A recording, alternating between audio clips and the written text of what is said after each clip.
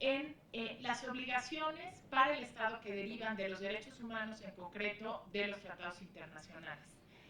Y me refiero a esto porque de repente hay esta percepción de que pues, el Estado cumple con reconocer estos derechos y hacerlos justiciables.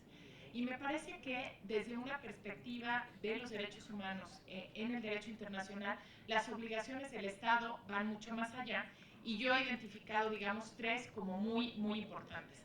En primer lugar, hay una obligación, desde luego, en el reconocimiento de los derechos, en plasmarlos en la Constitución, en las leyes, ¿no? en hacer estos derechos universales y en construir, muy en el sentido que decía también Geraldina, un marco jurídico sólido que permita pues, el reconocimiento de estos derechos.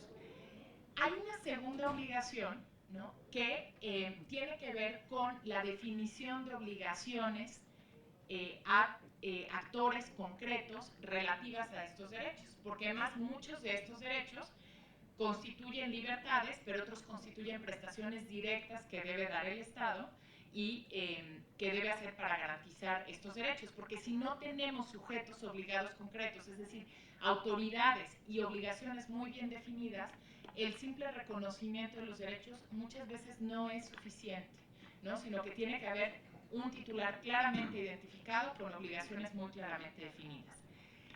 Y la tercera y la más olvidada es que efectivamente existe una obligación de los estados de promover cambios socioculturales relativas a las percepciones sobre los derechos.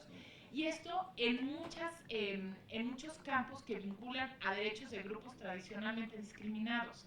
El simple reconocimiento de las obligaciones no va a ser efectivo los derechos. En el caso de las mujeres es clarísimo.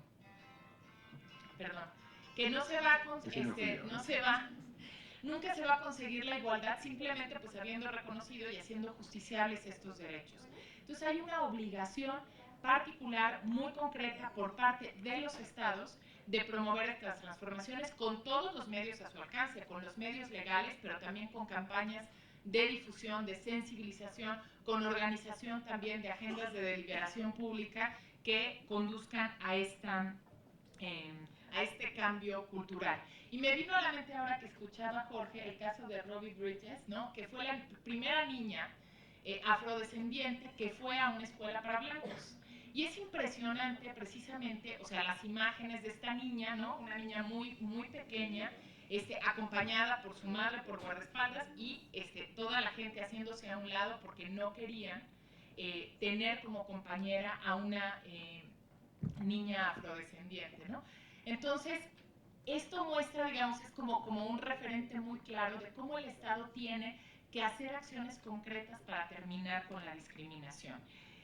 Y finalmente quiero señalar con que de repente creo que en la Ciudad de México estamos como un poco centrados en nuestros propios éxitos, en nuestra propia apertura, en nuestras propias conquistas de derechos.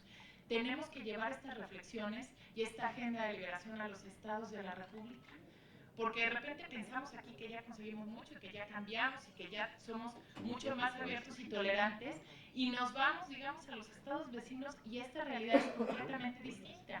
Y a veces la reflexión se ha centrado en la ciudad, entonces tenemos que hacer un esfuerzo, y aquí yo pues en el Senado de la República, que precisamente representa el Pacto Federal, ¿no? Hacer un llamado a que estas agendas de deliberación que constituyen una base para el reconocimiento y para la garantía, el goce efectivo de los derechos, tienen que salir, ¿no? de esta cómoda ciudad y trasladarse a las entidades federativas para que pues, no haya ciudadanos de primera ni de segunda, sino que realmente todos en este país podamos gozar de los mismos derechos. Muchas gracias.